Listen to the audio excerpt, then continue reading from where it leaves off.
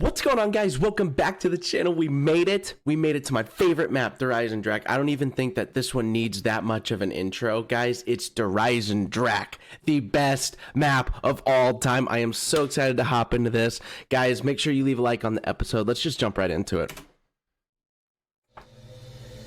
The road is long and dark, but I know where we are going.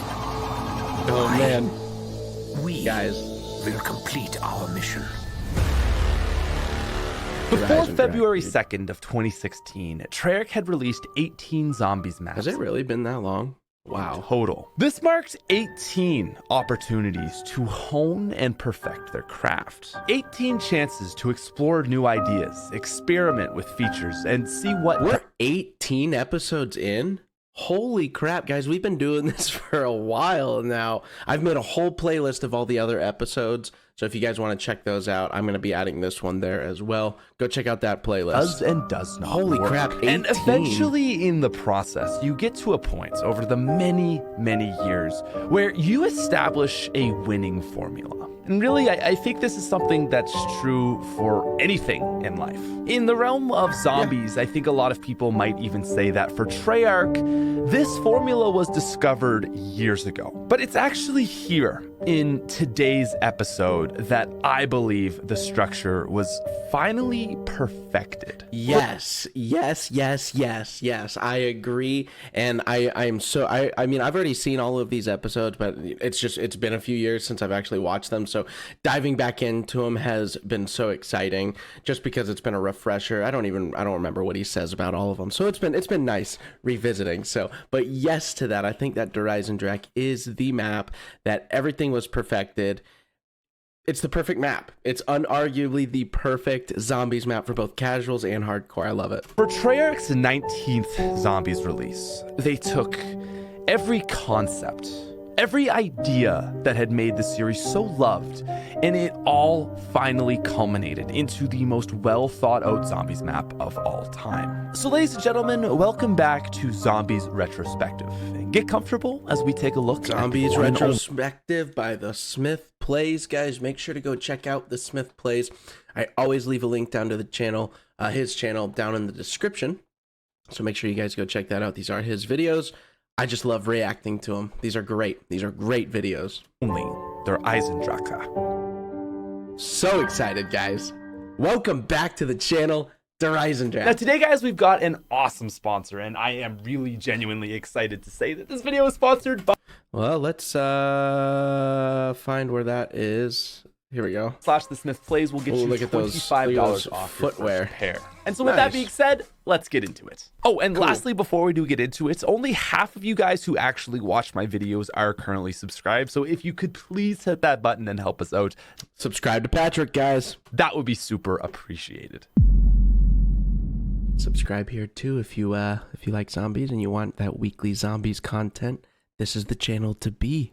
One of the coolest things about Black Ops 3 Zombies is that every map's central theme revolves around an individual character. In all previous games, World at War, Black Ops 1, and most of Black Ops 2, we saw that the location would set the tone of the map, with the characters acting as supporting pieces to the overall content. Black Yes. Ops 3 flips this on its head and made it so a single character was the primary focus from each map. Zetsubo is based around Takeo, Garage.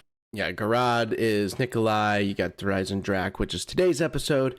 It's Tank Dempsey, guys. I love this concept because I think that they were like going for like kind of like bringing it all to kind of a close. Maybe, I don't know. It's just kind of like that's what it felt like with all like the different maps and then hopping into them with follows each Nikolai character and the being giant theme. supports Richtofen's arc. Shadows of Evil even serves to prop Killing up off the their main former antagonist of the selves. series, the Shadow Man, who Very acts as the cool. face for the evil Apothecon Force. And of course, Eisendrache builds itself off of our beloved archetypal soldier, Tank Dempsey. In Yes, all sir. these cases, it's not just that the map's storyline revolves around the character, but that the very core of the map draws inspiration from their personalities. Zetsubo is humble and somber like Takeo, whereas Garad is brash and in your face exactly like Nikolai. And Eisendrache sits somewhere in the middle of that spectrum, being bold at times but reserved at others. I never really thought about it that way. That is a really good point. Never thought about it that way. I obviously saw, kind of like that each map was based off of a character, but like never really put into perspective that the map, like atmosphere itself, was based off the character too. That's cool. And of any of the Black Ops 3 Zombies maps, as far as tone goes, I think it hits the best balance. Okay, so this is gonna be weird, but because storyline is the most defining feature of this map, I think we actually need to all the Black Ops 3 maps. talk about it first for once. Okay. Actually, if you're wondering why this video took so long, it really just came down to formatting. I've come to learn that DE is very different from the rest of Zombies maps, and because of that, we had to do a lot of changes to our script. But anyways. What the? Did you guys see that? Did you guys see that script? What the heck? Very different from the rest of Zombies maps, and because of that, we had to do a lot of changes to our scrolling for script. years. But anyways. Oh, the story of this map starts Is that with what Dread. it takes? Is that what it takes to make a quality video like these? Guys, make sure to go drop a like on the original episode. That is a lot of time, a lot of work put into these Drax's episodes. opening cutscene, and it's actually quite disappointing. So far in the series, Blundell's lineup of maps has seen nothing but amazing intros. You've got Mob, Origins, Shadows, and The Giant. I mean, basically like the best 4 intros of all time. And surprisingly, this cutscene leaves us feeling with a lot to be desired. While comic-style cutscenes have a track record worse than live animations, it doesn't necessarily make them bad. It's not the art style itself that might be bad, but rather how you deliver it. So here's my opinion about the Eisendrache cutscene. For such a great map, and I don't know if this is just a biased opinion, but for such a great map, my personal favorite map, I would have loved a well put together, high quality live action trailer. I think that opinion kind of goes along with most of the community's train of thought, because I'm pretty sure a lot of us feel that way. But I think that this map, out of all the maps, was the most deserving of a live action. Could you imagine a live action Origins robot chasing you down? Like, the comic is cool, but like there's something that a live action would bring to the table for this. Like, if you did this exact cutscene in a live action, that would be banger, dude. Classified's cutscene is impeccable, but sadly, this fails to do much for me. The chase scene with the Origins robot doesn't really allow itself to be exciting due to the comic style. Comparatively, imagine how cool it would be to see our crew riding in an animated Origins robot. From here, Dempsey gives us some vague quotes about securing a package, that's what more I'm saying, mindless man. killing, and then he finishes with how he shouldn't have trusted Richtofen. It doesn't do a lot to entice the viewer to care about what is going to happen here. I especially find it surprising that this is so underwhelming when the dialogue that is used in the cinematic trailer happens to be so good. Field report. En route to somewhere new. Somewhere cold. Real cold. There are some amazing lines, and I think the cinematic trailer could have actually made for a better intro. Yeah, man. So sadly, Eisendrache fails to set the tone with That's so true. That is so true. The cinematic trailer actually their opener, and it's actually really the fucks, first guys. misstep It's we've good. seen as far as Blundell intros go. But all of this is forgiven as soon as you spawn into the map. Der Eisendrache does a great job with the rest of its storyline. Most notably, DE continues to highlight the transition and focus for zombies. WoW and BO1 were almost entirely focused on gameplay, and you really had to dig deep for the lore. It was only in Black Ops 2 where this started to come towards the forefront, with things like Samantha and Richtofen telling our characters what to do. I think it's on DE where we see the story almost even overtake gameplay as the main focus of the map. And frankly, I'm a little bit torn on this. I think Shadows managed to blend storylines seamlessly into the gameplay so that they felt one in the same, just like with Mob. But Der And we Eisendrache did talk about that last episode, that like I think that Shadows did a very good job. Unpopular opinion that Shadows was a great launch map to sort of capture everybody's attention. And then these following maps like Der Eisendrache that we've got here, banger maps to follow it up with. Eisendrache follows a closer path to Origins, where the storyline and narrator really hijack the atmosphere of the map. This isn't necessarily a bad thing, but it does create a repetitiveness which is felt for most players who are not trying to do the Easter egg. Okay, so for that opinion specifically, I think that that's a good point. I think that Eisendrache and Origins both have their problems with kind of hijacking the gameplay with the story. However, I think that Eisendrache does it in more so of a way that is not so in your face. I don't think that Eisendrache is completely hijacked by the Easter egg. Origins is completely hijacked by the Easter egg, I think, because that one's just in your face, because the Samantha quotes will actually get annoyed with you if you're not doing the steps to, do the Easter egg. But Eisendrache isn't like that.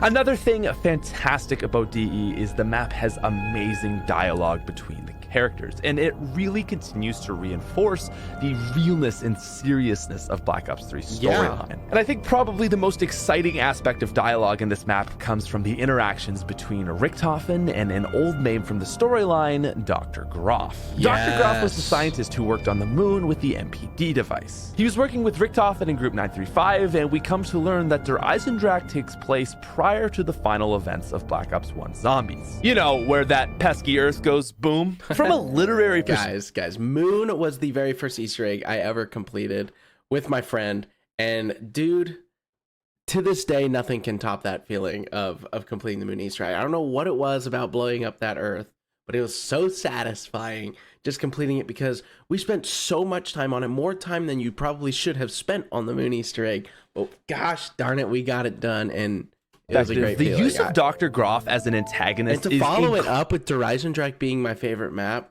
incredibly effective, as he essentially works as a foil to highlight Primus's Richtofen's new actions. Looking back, we knew Ultimus Richtofen was evil and horrible, but I think it's important to recall that there was a time where we didn't know what the intentions of this new Richtofen were. Many people still didn't trust him, but these dialogues help to win us over. Groff starts speaking with Richtofen as though everything is normal, relieved to hear he survived Doris, but as things progress, he begins to grow confused. Richtofen tries to convince him everything is under control, but Groff ultimately learns Richtofen is working against him and vows to kill him. This moment is very important in Richtofen's development, as his betrayal to an old ally shows his benevolent intentions. He's going beyond his old self as a changed person. And again, it's really the perfect foil. Now, as things continue to progress, Ultimate Dempsey's pod is brought back down, and the Vril device is retrieved. Richtofen then sends the Keeper to the moon base to retrieve the MPD, that big pyramid thing that Samantha comes out of. Guys, Richtofen's character, just like sitting here listening to it, and like I'm a Richtofen fanboy, so like, but Richtofen has so much depth. I think that's why I like him the most, because his character just has so much going on for it. That was, I mean, every single map it feels like he has something here to do. The corrupted Keeper is defeated, and we get probably the most satisfying moment in Call of Duty Zombies history. The crew directs the missiles of Eagle's Nest to fire. Their target is none other than Griffin Station. And like we had seen before in the events of Moon, the missiles fly into the sky, make contact with, and completely obliterate the celestial body we looked out at all game. Freaking cool. It's beautiful. It's epic. It's a perfect reversal. And it's so weird that, because my first Easter egg ever completed was Moon. And in Moon, you blow up the Earth. And then my favorite Easter egg to do even to this day is Der Eisendrache, which in Der Eisendrache, as you all know, you blow up the moon. is in note of itself probably the greatest single moment in Zombies' storyline. The only things even in the same conversation is probably the ending to Moon and Blood. We stop the events of Black Ops 1 Zombies from happening at all, and with this, we change the future. It completely retcons Black Ops 1 and solidifies a new storyline for Primus. Like, come on, this ending is so perfect. I still get chills from hearing that music play, hearing that one piano chord. Seeing those rockets fly up, hearing Dr. Groff curse Richtofen. It is literal perfection. Oh It my is, God. And we guys. have so much more to talk about. Guys, I get so excited at this point in the Easter egg every single time because you're done. You're done. It's Because not just, only is DE important in a It's true, you macro get those sense to the chills. storyline, but it does more than just that. It displays huge character progression for our crew. In the moment before he's about to kill Dempsey, Richtofen restrains the other three, clearly indicating the distrust he still holds for them. But in an open moment, Dempsey pleads, and Richtofen actually allows him to be the one to kill Ultimus Dempsey. That moment, that subtle click on the summoning sphere, where he releases control. That is one of the most powerful moments in Richtofen's arc. and that's why we love Primus Richtofen, because he just shows so much more growth from his Ultimus variant of himself. Dude, I love this moment in the story, like you just said, where he gives Dempsey that control, because Richtofen is such a control freak that it is huge for his character to do that. And I don't know. It's kind of, I mean, it's a video game, but it's a beautiful moment. It's a beautiful moment. This is the moment nonetheless. where Richtofen finally trusts his allies. We then get Dempsey's moment with his Very unconscious cool. self, and it's really, really nice, despite actually being quite sad. We even get to see Richtofen comfort Primus Dempsey, and this further displays the bonds our characters are growing. Now, one thing that I think is worth mentioning is I'm a little bit sad that we never got to see a true interaction between the two tanks. I've always wondered whether this was a misstep in the story, but I think it's certainly debatable. I've always wondered that too, because as we're gonna see in the following episodes, you know, like towards, you know, as you guys already know, you know, they all have interactions with their past selves or with their former selves. Tank, you know, obviously his other character is here, laying deceased in this pod. So yeah, I too wonder how that interaction would have gone between Ultimus Tank and Primus Tank. I'm not sure. Would have been it's a cool thing to think about. Also, this is why I love Black Ops 3 Zombies, guys. Just this storyline right now that we're talking about. I think that, like, for me, who's a casual player, I think that this is what kind of turned me on to all of the more hardcore aspects of the game, with like doing the Easter eggs and stuff, because the storyline was so good that I wanted to pursue it. I wanted to see what happens next. I wanted to complete these Easter eggs because those cutscenes at the end were worth it, and like just like the memories to be made doing the Easter eggs were worth it. And Eisendrache, like I've said before, is something that I could still go back to this day and do over and over again, just because I love doing that Easter egg. It's just, oh, it's just so cool. Every other So moment good. we see shared between the two versions of characters has been incredibly powerful, if not heart-wrenching. And with the lack of this under Eisendrache, I've always wondered why Treyarch didn't include a dialogue. So Takeo willingly gives his life for the preservation of the universe. However, Richtofen and Nikolai were understandably not so quick to agree. And just consider this. How would a conversation between the two Dempseys go? I imagine the hot-headed version might not be so quick to die either. And if that were the case, the resistance to go might have made Nikolai's moment redundant. So perhaps this was very intentional. That's true, and I was just thinking that in my head when he said that out loud. Like, if they were to go, like, if they were to be alive, right, and Tank were to be like, "Hey, man, I gotta kill you. You know, I gotta do this." I feel like, yeah, I was thinking too that it would go over probably similar to the Nikolai situation, the way it went over in Gorod Krovi, and he's right, that would have felt redundant. So maybe it's But I all still think calculated, something you know? could have been done, however. Imagine a situation where Primus Dempsey convinces his alter ego. We would get to view this angry Tank slowly being convinced to do the right thing. It would feel like a general talking to a soldier about doing his duty, and I think this would have been a really powerful moment. It kind of would have drawn on both Takeo and Nikolai's cutscenes, starting with resistance, but ultimately seeing Tank accept. And so while I do wonder if they missed a cool opportunity here, it's still a great cutscene. And I totally respect the So decision that good. they took to focus on character development for Richtofen and Dempsey. And so now, in an interesting reversal of events, with the storyline out of the way, let's talk about gameplay.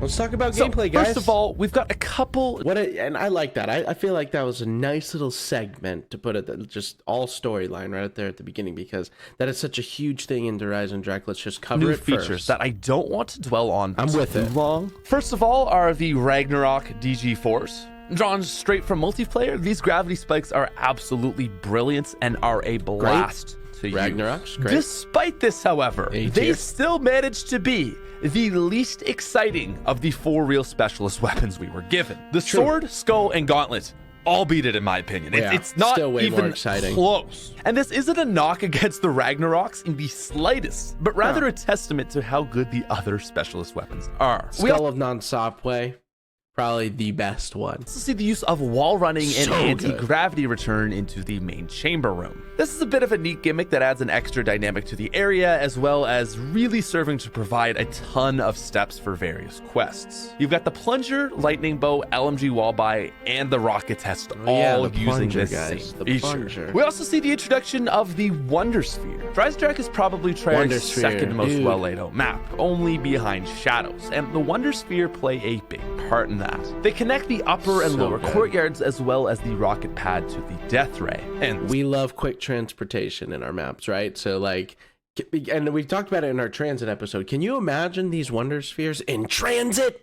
Guys, Spawn, of course. This, combined with a few Seriously. other shortcuts, gives DE an incredible layout, and I very rarely find myself ever being too far from where I need to be. It's not Shadows level perfect, but compared to the likes of Origins and Mob, the Pretty smooth damn map good, design is right? very noticeable. Right. We also see the Panzer return, but with a few changes. He's a whole lot Yes, sir. beefier to start, and now has a shock grenade instead of is he beefier? I, for some reason, thought the Origins Panzer was beefier. For some reason, it always feels like when you're trying to take out the Origins Panzer, that it's just impossible. He's a bullet sponge. the claw, which he boasted on Origins. Overall, I think the Panzer fits well into DE and makes a welcome return that I think most people were happy with. It's novel, but fresh, and hey, isn't that a concept we've seen play somewhere out before? So in the Shadows retrospective, we came to the conclusion that If you haven't seen my reaction to his Shadows retrospective, by the way, that was a great episode because, again, for my favorite map, it always goes toe-to-toe between Shadows and Eisendrache. Shadows and Eisendrache kind of just switches back and forth depending on how I'm feeling that day. Guys, but when it all comes down to it, brass and tacks, guys, just like, I think that like if I like had to give my answer all the time, it would be Eisendrache. Seriously, I think that Eisendrache has that itty bitty edge over Shadows of Evil. But I don't know. Every time I load on to Shadows of Evil, I'm just like, oh, I like this map so much better. I like this map. This is my favorite map of all time. Shadows of It's so Evil is weird. mostly It's so inspired weird. from Mob Go of the check Dead, out that but episode if you haven't seen it blends itself yet. with Origins elements to make something new. Eisendrache takes that same formula, but in reverse. In a lot of ways, DE is an Origins 2.0. We've got the Primus crew in a snowy European country. The Panzer Soldat returns, there are 4 elemental wonder great. weapons, and a large great. Easter egg where the first step is to acquire all 4 of them. It's literally just a casual, friendly Origins, and I love it. I love But it. I think despite these similarities and how often people try to draw these two together, Eisendrache manages to find a new identity in an even bigger way than Shadows did. In my opinion, For sure. Eisendrache is basically a blend of Moon and Origins with a sprinkling of Mob of the Dead. And so let's dive into that idea. Dude, that is so fair. For almost all players, Eisendrache's opening step will be the creation of the Wrath of the Ancients, aka the Bow Step, aka Feed the Dogs. I mean, dragons. While Yeah, DE okay. very clearly Yes. draws off of Origins with the 4 elemental wonder weapons, it really doesn't feel anything like Origins to begin with. I mean, for starters, this opening step is so obviously drawn on from Mob of the Dead. To get Yeah. the bow, you must go to 3 locations around the map and kill 8 zombies to 3 stone dragons. It's identical to the Hell's Retriever step and is really the most obvious use of something from Black Ops 2. I will say I find feeding the dragons to be a little bit slow as you have to wait for animations before you can kill the next zombie. Yes, sir. If you're an OG to the channel, you'll hear me complain about it every single time we play Eisendrache. The dragon step is so slow. Oh my gosh. Like, you just have to just stick through it. Like, the 1-by-1 zombie feeding and, like, the many, many seconds in between kills me every time. Oh my god. It does make early rounds a little bit tedious, and I would have rathered something more fast-paced like those soul chests on Origins. But it was a good step in Mob, and I think it still manages to work okay here. Yeah. Especially because despite how similar it is to Mob, it's presented in a new way. On Mob, you're feeding the dogs as a side quest for a specialist weapon. But really what your main focus is acquiring the plane parts. See, on Eisendrache, this is the plane part quest. That is to say, it's your main focus. So despite it being a literal copy of a step in Mob, it still manages to feel fresh because of its significance for map progression. Now, the next natural thing to talk about here are the upgraded bows. Feels a little bit wrong because that's... Leave a comment down below. What's your favorite upgraded bow? Before we talk about any of them, no bias. What's your favorite upgraded bow and why? Down in the comments. Let me see them. The hugely integral step to the Easter egg, which I don't feel quite ready to talk about. Like I said, Eisendrache, it was a weird map to write for. But with that said, I guess we're basically moving on to the Eisendrache Easter egg now. So upon acquiring the Wrath of the Agents, the second step of the DE egg is for each player in-game to acquire an elemental bow. Unless you're playing on local, and then you have to get all 4. Sorry, local players. So I think it's really only here where Eisendrache starts to... Guys, have you ever had to do that? Like, I've tried it. I've tried doing all 4 bows in a game and the Easter egg, like all together in one game, all 4 bows and the Easter egg. And that's a rough time. I mean, unless you're a good player, like, and if you're watching this right now and you've done that before, kudos to you. They're a great player, great zombies player, because like that takes some focus. Because, like, I mean, just like Origins, I mean, if just like doing the solo Origins Easter egg, you got to build all 4 staves, then do the Easter egg, you know, everything. But there's more, I feel like there's more Easter egg steps in Eisendrache, but it's an easier Easter egg. I don't know. Man, that's just weird. To feel that a is little so bit weird. like Origins. A lot of people like to make it seem like DE is Origins 2.0, but there really aren't that many similarities until you start upgrading the bows, and even then, it's pretty limited. While 4 elemental wonder weapons is...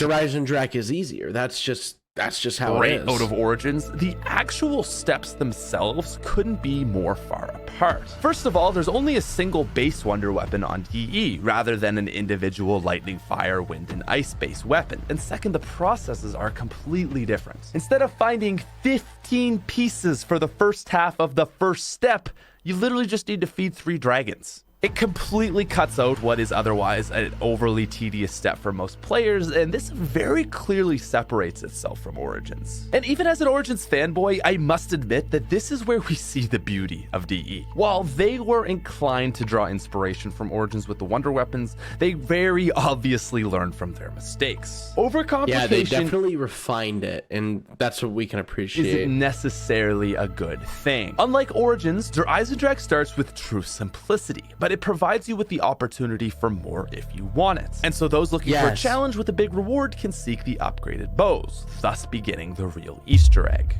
Now, frankly, the upgrade steps for the bows aren't really that complicated. That doesn't mean they're not challenging, but they're not complicated. It's not complicated. He's right. You know, I was gonna complain about the fire bow and shooting those targets in the middle of the air. But you know what? It's not complicated. It's just it's challenging, which Origin staffs take knowledge, and really not very much skill is required other than a tank jump and just the general ability to survive. On DE, the bows supplement the requirement for knowledge with skill, and this is another way in which they differentiate. So of the 4, I think the firebow is probably the most challenging of the bows to craft. And this is because the high level of precision is required for 2 of the steps. You must make shots into fireplaces as well as nail the Wonder Sphere launcher circles. While an interesting step, the only problem with the fire upgrade is that it's near impossible on a poor connection. Solo games may be fine, but doing this on 120 ping or more is infuriating. I actually dislike the firebow because not only is it a challenging upgrade, but it also provides the least useful bow of the 4. Yes, you spent so much time going through these challenging steps to actually upgrade it to this firebow, and then the firebow product itself is not even that great. firebow is quick to kill, as they all are, and while its charged shot is very effective, I just don't find it to serve a practical role that the other bows don't fill better. It doesn't have the amazing kill radius of the Storm there's and no Void, and it reason. isn't near as safe as the Wolf. It sits in There's no reason to, like, if you're in a solo game, there's no reason literally to build the firebow over anything else. That's the only thing about it. Like, you could probably justify building something else. Like, you could probably justify building the wolf bow if you want to. You could probably justify building the void bow. I mean, you could definitely justify building the storm bow, because I mean, that's even my go-to. I feel like that's a lot of people's go-to. But who is in a solo game building the fire bow? Just like only that's their bow of choice. weird middle ground area Who? that I just find to be the Who? least exciting as well as the least useful. At least I think so, anyway. I've never actually used it because my favorite YouTuber still hasn't uploaded a tutorial on how to make it. Nope. Shout out Noah J. Leave a like if you're still waiting for that firebow tutorial. Leave a like. JAFK viewers, please subscribe to my YouTube channel.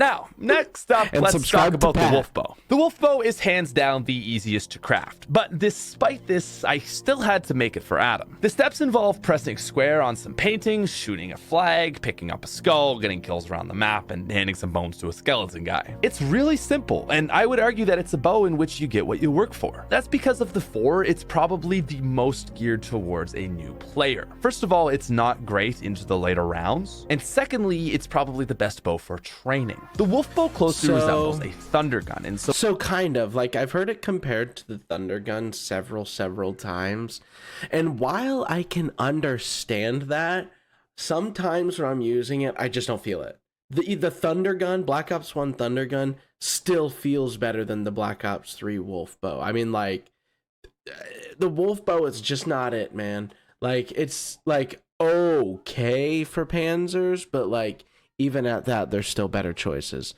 It's not it, So man. it's a Wolf great bow's not safety it. weapon. I would rank it at 3 below It's Void okay. and Storm, It's simply okay. because I it doesn't can- have much in the again, way of a second. It feels like what's that? The alternate ammo type in here, the thunder gun, the thunder gun alternate ammo type. That one. It feels like that pretty much inside of a bow. Variability. That is to say, it's not as good at killing large numbers of zombies quickly like Storm and Void. All the bows kill about 800 zombies, but in order to reach that with Wolf, you have to round everything up, and so it's pretty time consuming. For Yeah. training, it's definitely the best bow, but ultimately I believe that Void and Storm will get you a little bit further. Now, think the so, Storm bow too. is still amazing, but I gotta admit that I miss the days where it was a broken OP mess. Despite its necessary nerf, I still Yeah. think it's considered to be the best of the 4. But objectively, it's actually... So, if you guys like, I think that this is the nerf. I don't remember exactly what the nerf was. I think I remember there being a point in time where, like, the bow itself, you could fire multiple storms. Like, there's one storm going on here on the screen, and maybe you could fire another one over there by that window, by the crafting table back there, and there's 2 storms going on. I can't remember if that was a thing or not, but I think I do. But now you can only have 1 storm at a time, and when you fire the next one, it cancels out your previous active storm that's going on. how pretty close to Void. The Storm bow It was is an OP versatile, mess. being both a great training and camping weapon. I'd argue it's still an OP mess, and that's what I love about it. We love being OP in zombies. I'm not arguing against that. The single shot from this weapon is pretty fast to kill, which makes it a strong safety weapon, but the Storm bow doubles as a power weapon with its charged shot, which makes it incredibly effective at high So round good. camping. Such the a Storm bow's great charge safety is weapon. straight out of Origins, very clearly resembling the Wind and Lightning Staff charged shots. You know what it's also great for? Just like reviving your teammates. Just like you walk up to somebody, boom, lay a storm on the ground. It's active the entire revive. You don't have to worry about it. It's great. It's an electrical storm, but it ultimately achieves the same effect, just actually a little bit better. The Storm bow combines the quick time to kill of the Lightning Staff with the absolute devastating qualities of Ice and Wind to really truly be one of the most dynamic wonder weapons to ever grace zombies. I think on paper it's not quite as good as the Ice Staff for high rounds, but it's more well-rounded. And on top of that, it's not even the hardest to craft. Being the second easiest, just make a couple well-aimed shots around the map and you'll be zapping Panzers and in no time. And so now lastly, we have the Void Bow. The Void Bow has the most Origins-like upgrade step, requiring players to find skulls around the map, get symbols, and actually solve a puzzle. This one, so I think I've probably built the fire bow at this time more times than I've built the void bow.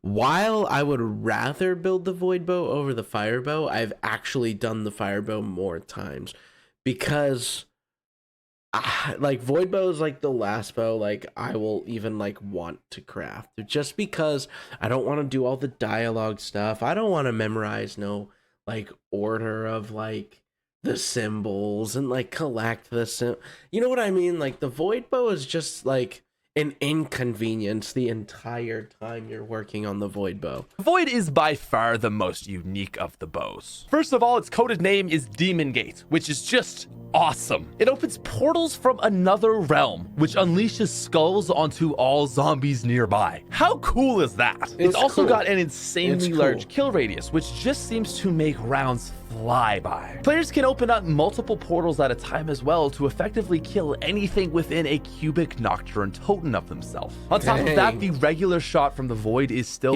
making everything I just said like just completely just like, well, fuck you, kid. Like, here's why you should build the void bow more. Very quick to kill, making it just as dynamic as the storm. And the way that the skulls wander to kill distant zombies also fills a huge support role that makes training easier for both yourself and teammates. Plus, it just has the coolest animation of the four. And so while maybe not quite as useful as the storm, it is the coolest of the bows, no debates, and my personal favorite. I think it's also worth mentioning that the bows are all very close to each other in ability. Their drawbacks and benefits almost drawbacks? Their drawbacks and benefits almost entirely depend on the player using them, and so more often than not, the choice of which to use comes down to personal preference, and that's a great thing. Wolf may be slightly worse than Storm, but to a lot of players, it's their favorite as it's best for their playstyle. And at the end of the day, I think that's what really makes the bows shine. They pretty much all serve a purpose. And on top of that, they don't require cheat sheets to be crafted like the staffs. Building them takes a little bit more skill and a whole lot less memorization. So that's the thing with the Origins. Like, I've talked about it several times in past videos of like wanting to do Origins and like do it, and we are someday. We're gonna go for it, but like it's just like all the memorizing of stuff is what really has turned me off to it all these years of just like all the shit you have to memorize. So like we are definitely going to have cheat sheets 100%. The day that happens, cheat sheets are going to be tabbed and ready to go.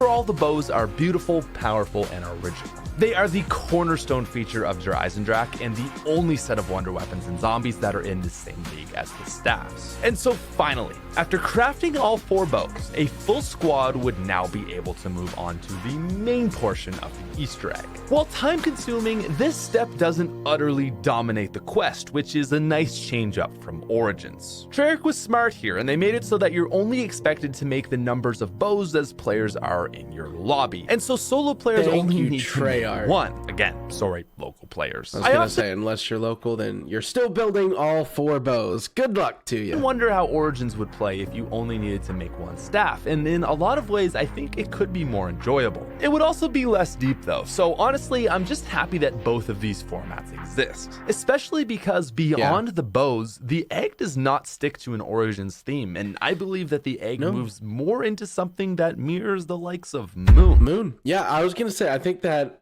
I was literally thinking Moon because it has more steps.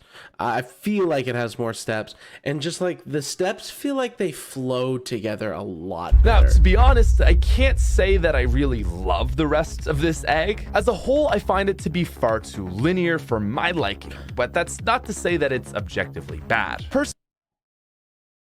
Well, fuck me. You know what I mean? I love the Eisendrache egg because it's kind of linear. I don't know. I guess maybe it was just an easy one for me to memorize, and so just like all these years after, you know, just doing it and doing it and doing it, I just love it. I need to play more Easter eggs. Maybe I just need to like get out there more, like do more of these. I mean, I've done a lot of Easter eggs, but maybe I just need to do some like repeats of some and see if like one of them tops DE for me. But maybe I'm just a basic bitch, you know what I mean? Personally, I'm someone who likes an egg where all bets are typically off and that you can't really follow a script. Damn. That's why I love Origins. It's an egg that truly requires improv, and DE does not give me that at all. Fair enough, Patrick. I mean, here I am saying just like, yeah, I love DE. It's linear. He's over here like, I love Origins. It's an open script. The process is linear, and from there on, the rest of the egg feels on rails. After upgrading all 4 bows, players must begin the Wisp step, a mindless task that involves running around the map and hoping to get lucky that certain areas are electrically charged in the right order. While this can go easily sometimes, players often find themselves needing to do 2 full loops of the map to complete this. So check this out. Like, if you're one of these players who loops around the maps, does laps around the maps, looking for the wisps, I got a tip for you, and I've been waiting to drop these cool tips. Here's this one. So for the wisps, say you're at the church and the first wisp, we're gonna just do, for example, the first wisp spawns at the clock at church, the big clock over the dragon at the church. The way that the wisp spawning works is that the next spawn after you shoot that wisp, it is going to spawn to the nearest, like next closest, one of the next closest ones to that one. It has 2 options it could go to from that clock. It could go to the radio that's also in the church, or it could go to Samantha's globe. It's either Samantha's globe or power. And then from there, it would do the next closest. So always look at the closest ones to it, if that makes any sense at all. So like for another example, if it spawned at the box above double tap, that little box above double tap, the next places that it would probably spawn are either A, power, the phone at power right here at the screenshot that we're looking at, or at the car tire down below. It's just a fun little fact. Try it in your next Eisendrache game. That's the way it by works. the way, Eisendrache is massive, weighing in at a hefty 26 Noctur in Totens. So all that running doesn't make for a fun time. So after shocking the 4 wisps, you travel back in time, get a short cutscene from Groff, where you also get the code for the vault, fuses, and soul chamber rod thing. This is neat, but after a while, I admit it does feel a little bit repetitive. Yeah. Here, though, I think we start to see the worst part of this. There's a lot of waiting going on in the Eisendrache Easter egg. Well, not too much waiting, but those time travel steps, I will still argue to this day, are kind of ridiculous. The first one is fine. I can get behind it. But if you could just let us collect everything that we need to collect in the first time travel, you know, including the stone that we go back for in the second time travel, because the second time travel is just unnecessary. I think everybody would argue that. After you insert the code and get the rods for the death ray, the game wants you to travel back in time again. You don't necessarily have to do it right away, but it's one of the next 3 steps. And regardless where you do it, it's just repeating a previous step, which wasn't fun the first time. Remember to go to the locations closest to the ones that you just shot. That's where the next wisp is going to spawn. But the thing that infuriates me is the reason we have to go back a second time. You'd think it'd be cool, right? Some double time travel, crazy multiverse type something, right? Straight out of Zombie Textbook 101. No. It's just because we need to go back and get a rock. Exactly. Yeah. So you must let us get that dang rock in the first time travel. I'd be happy. Wisps again, just so you can travel back in time to get another piece from the exact same room you were already in. Back in the day, very inconvenient. Now that you've got that tip that I just gave you in your back pocket, your next Eisendrache games are going to be so much easier, and this won't piss you off as much, because while it is still a stupid step that you pick up the stone and then now you're waiting around for 45 seconds inside the room to go back because you can't do anything, at least you were able to get there quicker, you know, with that new knowledge. In the box that was already there the first time you went. It is stupid and it adds nothing. 100%. Honestly, I think it serves no other function than to draw the egg out, and it really just hurts the flow of it. 1 wisp 100%. round is bearable, 2 is redundant, but to not even give it a meaningful purpose just kills what is so far actually a fairly decent flow. Now from here you get a step that completely mirrors Moon. Instead of the Simon Says game, well, It's basically that. You basically remember the 4 symbols and it tells you which symbol to press. It's a cool step that very heavily draws from Moon. And so then from here, you'll be able to bring Dempsey back from space. This is admittedly a very nice step. If Eisendrache follows a 3-act arc, this would almost be the 2nd act climax. It really gives some much needed energy to the egg and makes you feel like you're getting close to being done. You even get the Vril device, which is some really well executed fan service that again relates back to Moon. Now, I was going to say, because we've now seen that Vril device a few times now throughout our journey of these, holy crap, 18 episodes. I love it. I love when they bring back old stuff like that. It's great. Here it's onto the keeper step. We got a boy Salad over there in the chat on the left. A bit of action. There's 4 locations where each can only be charged by a single bow. So to play this efficiently, players have to rely on whoever's bow the area belongs to. This makes for tense moments where you must rely on both your teammates and the power of said bow. It's really, a cool step. This is probably the smartest step of the whole egg. It's a cool it step. gives a moment for each bow to shine, forcing you to actually use the It's one of the more action-packed steps, similar to the flag step in Shadows of Evil. power weapon of the map is a neat step that I think Origins really could have benefited from. Actually, it's a little bit ironic that for an Easter egg which relies so heavily on crafting them, especially when you're just passing steps that, you know, we were just talking about with all the waiting. It's cool to have something faster paced. you're never required to use the Origin staffs. And so Eisendrache was very smart to make a step that does, however, and it's another area where we see Treyarch continue to learn from previous maps. Now, after completing all 4 keeper locations, the action continues to rise, and we get a moment akin to Samantha's reveal in Moon. The Eisendrache Easter egg is literally a mirror of Moon. It is so Love cool. it, So the keeper guys. is unleashed upon Griffin Station, where it kills Groff and his crew, and it then brings back the MPD. And that's the thing that made the original Richtofen go mad and what Samantha appears out of. And then, in this brilliantly repeated, this mirrored moment, the MPD teleports back to Eisendrache and begins to lower. However, this time it is revealed that the keeper is inside it, corrupted by its power. And so then it's here, in the final step, we have Eisendrache's crowning achievement, the keeper boss fight. Here so we up until this go. point, Treyarch had never actually had a true boss fight. Call of Duty Ghosts. Guys, in the comments right now, if you had to take an estimation on how many times you've been insta-downed in the boss fight and just game over black screened, take an estimation, leave that number down there. I just want to compare, see where we're at, guys. Infuriating. Had multiple boss fights on the old consoles on Extinction, but it seems like Treyarch was unable to match those ambitions. Black Ops 2 tried to have boss fights, but you've got the Weasel The versus avocado. Crew Step, you've got Ray's Hell and Origins. They're not even close to what I would consider a real boss fight. Even Shadows had nothing more than the Shadow Man fight, which again is not a boss fight. And so I think it's worth The way he said that with so much disappointment. Listen to him.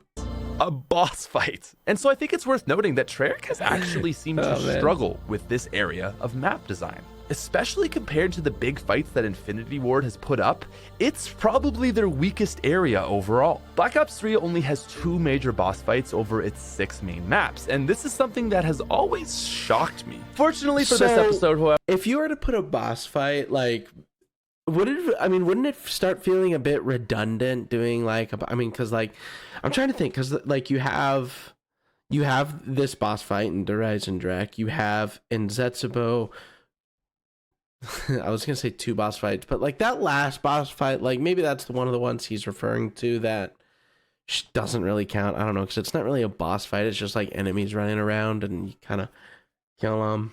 But you got the spider, but I mean that's not a boss fight either, because I don't know, guys. The Gorod Krovi, Eisendrache, maybe Revelations. however, Eisendrache does have a great boss fight. Now, in the overall It's realm definitely the Eisendrache's boss fight is definitely the most interactive boss fight, and I think that's what I love about it. gaming, the DE boss fight is great. using the oldest formula in the book. But for zombies, it's quite impressive. True. The Keeper, like every boss fight ever, has 3 lives. It's got small, less powerful attacks and a big, large attack that can one-shot you. And then when he goes to do his large attack, you take advantage of the charge time and then stun him, leaving him open for damage. It is a tried and true method of gaming. Now, after taking 1 life away, you then get a seemingly endless wave of roided panzers, and then the process repeats itself until it loses all 3, quote, lives. Now, again, I know we all love this boss fight, and for zombies, it was a huge step for the series. I just don't. And if you're not really honed into your game, it's actually pretty difficult. Think people should act like it was truly as revolutionary for all of gaming as they did. For zombies, Did people insane, act like it was a fresh, revolutionary to truly gaming? innovative. But for gaming as a whole, again, it's like the oldest formula in the book. Not trying to knock it down, but it's just worth saying. Because, I mean, regardless, a boss fight was something we had been anticipating for a while, and so it was exciting to finally get it. A little bit late, but the Keeper boss fight will go down as the second coolest boss fight in Black Ops 3 Zombies. Then again, it really doesn't have a lot to compete with. But that will be for not even 1, but 2 other retrospectives. Now, as I mentioned, this episode was really difficult to fit everything in. And so I've got a few other tangents that I just kind of want to rapid fire list off so that we can go through this pretty quickly. All right, the Eisendrache tangents. Let's get them. I'm sure we have some things to talk about. What I have with the Eisendrache is that the Easter egg completely hijacks this map. No, it does not. No, it does not. We talked about this at the beginning of the episode. Like, I don't think that it completely hijacks the map. I think that Origins is a great example of Easter egg hijacking the map. The Easter egg, you can play Der Eisendrache casually and still have a good time, and you're not going to hear anything like bugging you to get going on the steps. I mean, I think maybe Dr. Groff comes on the speaker every once in a while when you do stuff like setting up Pack-a-Punch and stuff, but like, other than that, no, I don't think so. I disagree. Exactly like Origins. Because the storyline is so pushed into your face, I can't really view DE as something that's meant to be casual. At least not anymore. But maybe it's just my YouTuber mentality and all that stuff. Yeah, I just feel like personally, if I'm not doing the Easter egg, I don't want to be playing the map. I just find it very hard to separate general gameplay from Easter egg. Okay, so that's an interesting perspective, because while I don't think that it hijacks the map, I don't know how many times I've actually loaded into Der Eisendrache and played it casually without doing any of the Easter egg steps, because like by habit, I will start doing Easter egg steps. Another thing I struggle with DE are the visuals. I think it's very obvious that DE is the closest thing to an Origins 2.0, but this is an area where it feels like they went backwards. Origins is an unappealing map, but they managed to balance it with giant robots, a beautiful skybox with dogfighting airplanes, and a Zeppelin. Der Eisendrache is just nowhere close to this. The little town of Werfen, which sits below it with the moon in the background, is nice, but other than that, it's just really not it for me. Another small complaint I have is needing to wait for the rocket test. This could have been It's in a mountain range, like a secluded mountain range. I don't have a problem with Der Eisendrache's atmosphere. I think for an abandoned castle in the mountain range, I think it works just fine.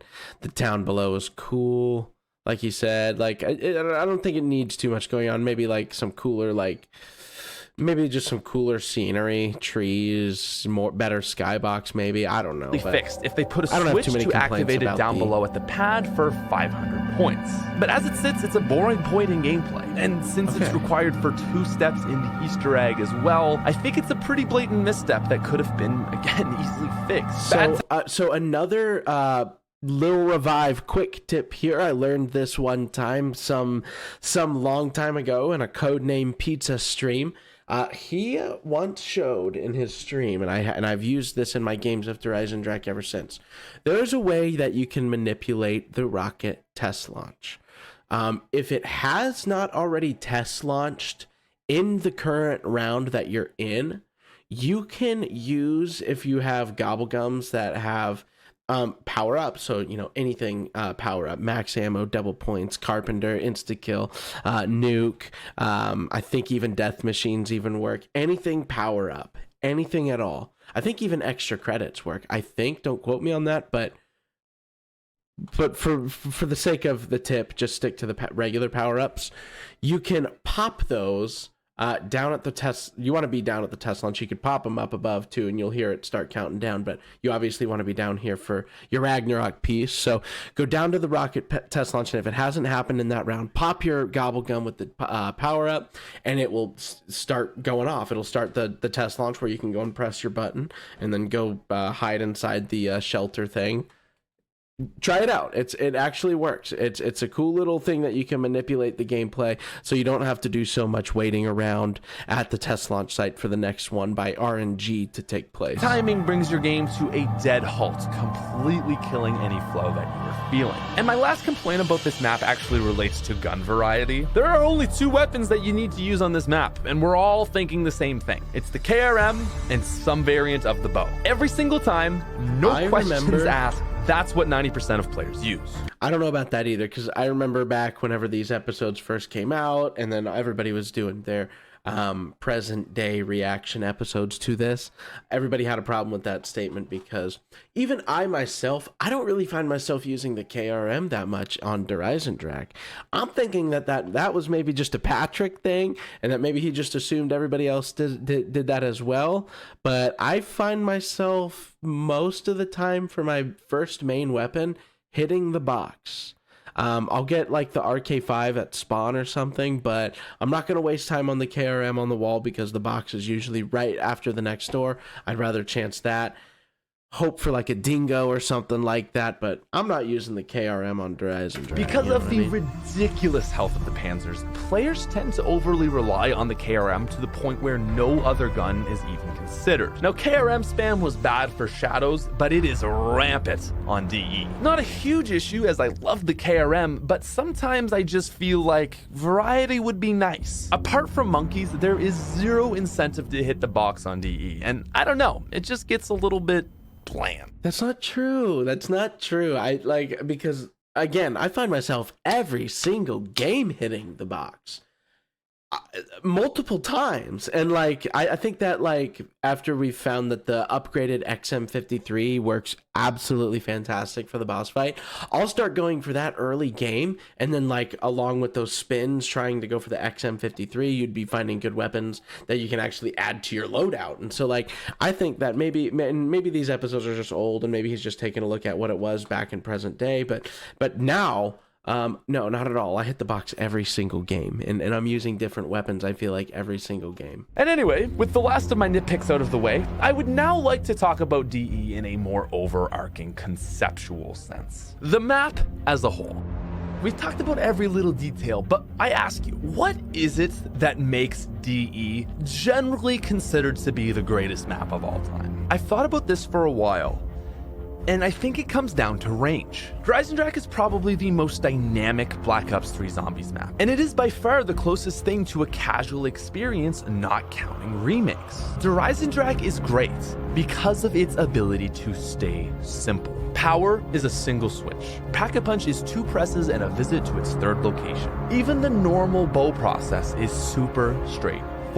While large, it's a map that starts out almost laughably easy in comparison to some of the other BO3 maps. And that is a thing of beauty. Eisendrache is so palatable, and this makes it perfect for casuals and hardcores. While it wouldn't have worked for the storyline, from a gameplay perspective, DE should have been the on-disc map. It works so beautifully to allow players to get comfortable. What do you guys think? Should Eisendrache had been the on-disc map as opposed to Shadows of Evil? Like, I think like just like in retrospect, just kind of like looking back from now and like looking at when the game came out, I personally think that Shadows of Evil did what it needed to do to capture the people who cared, I guess. But then also, I mean, that casuals fell off. Like, I mean, so like, but the giant, you know, like where it was enough to keep people around. I don't know. What do you guys think? I mean, because like Eisendrache would have been a great on-disc map. I'm not arguing that, but I think, and I don't really have, I guess, a good reason why, but Shadows of Evil did a great job of being that map. In the space and gather their bearings. Shadows requires guides to even pack a punch, whereas DE feels as simple as Kino der Toten. You get comfortable, gather your bearings, but from there, you get to explore and then work to do more. It's this blank canvas that really allows players to explore naturally. You get the bow, then work to upgrade it, and eventually a player might even find themselves doing the entire Easter egg. And so in terms of range, DE literally has it all. And I think that is the true reason as to why it's considered the GOAT. It can be casual if you want it to, but it doesn't have to be. It's not jarring from the start like Shadow. It's just that, like, he says it can be casual if you want it to be, but it doesn't have to be. But then he says, but he'll also say on the same token that he will never find himself loading into it as a casual play. He'll want to be doing the Easter egg. So, like, I don't know, like, I feel like I can have, and I've done it before. I've played Eisendrache casually. It's just I don't do it that often, like just doing it just for rounds and stuff. But most of the time I'm doing the Easter egg. I agree with that. I think that you can still have a good time playing Eisendrache casually, just going for rounds with your buds. I think that it still makes for a good time. And of course, again, it's got the range. It is the GOAT. It's got a great boss fight, amazing wonder weapons, a fantastic storyline. Shadows of Evil's atmosphere just excites me a little bit more. I think that's where it is. Shadows of Evil's atmosphere excites me way more. Eisendrache has the gameplay and the story and just everything else going for it. Wrapped into a very well laid out map. And I think most interesting to note is that DE doesn't even necessarily have the best anything. Is it the best boss fights? A lot of Garod fans are gonna debate that. Best wonder weapons? True. Certainly in the conversation, but Origins is there as well. Best storyline? It's always going to be mentioned, but again, Moon. Layouts? It's not quite Shadows, but it's better than any other quest. Gosh, see, I don't... Why is it the best map? Because all of that is so true. Everything he just said is so true. So why is Eisendrache the best map? I don't know, but something about playing that map. Believe that Eisendrache is the best at anything for that matter. Maybe storyline, but certainly nothing else. See, what makes it the best map overall is that every single facet of the map is in the upper echelon. Almost everything in the map is at least the second best. There are hardly any weak spots to this map, and when they exist, they're tiny little nitpicks. And so all of this amazing content presented in what is surface level a very simple map is what makes it so good. Yeah. And so here we are. In a lot of ways, Eisendrache feels like it's set out with the intent to be Origins 2.0, but it ended up finding its own identity completely. Origins so has well, the too. deepest level of gameplay we ever saw in a map, and DE can't boast that. But instead, it just made itself a map compatible for everybody. Hardcore and casual players alike love this map, and for good reason. Yes. It's got every single The base perfect covered. dynamic. And so I would be inclined to call it perfect not dynamic. only the most well thought out map in Zombies history, but also the greatest as a whole. It might not be my favorite, Agreed. but I think it does the best job of satisfying the most amount of people's needs in a game. Does it have flaws? Of course. What Nothing map is doesn't have flaws. So before he ranks it, I just wanted to say that in our last episode in Shadows, I remember ranking Shadows of Evil at a 9.8, I believe. Double S tier. I think I would put Eisendrache right next to it. 9.8 out of 10, double S tier, tying with Shadows of Evil. On my tier list, I would put Eisendrache right in front of Shadows, though. I think that it just has that slight edge. It's going to rank the same, but I think it has that slight edge of being just a better map, my personal favorite. So that's where it's at. But That's where nothing it's at on comes my as close list. to perfection as Eisendrache. And so with all that said, my final rating for Eisendrache is a 9.9 out of 10. Double S tier and our highest rated map. Highest rated map, guys. I think that is a fair rating. Look at that, guys. Right next to Shadows of Evil. Gotta watch this moon.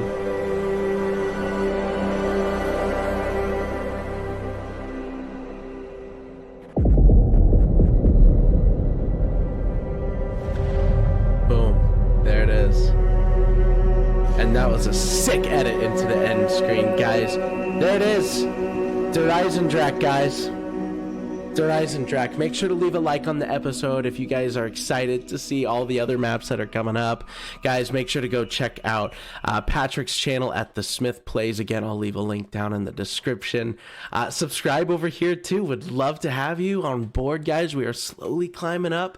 I don't have any subscription goals right now because we're just out here having fun. So if you guys want to be a part of the fam bam, do that. Hit that subscribe button. Join along, guys. We'll see ya in the next one. Peace out, you freaking nerds.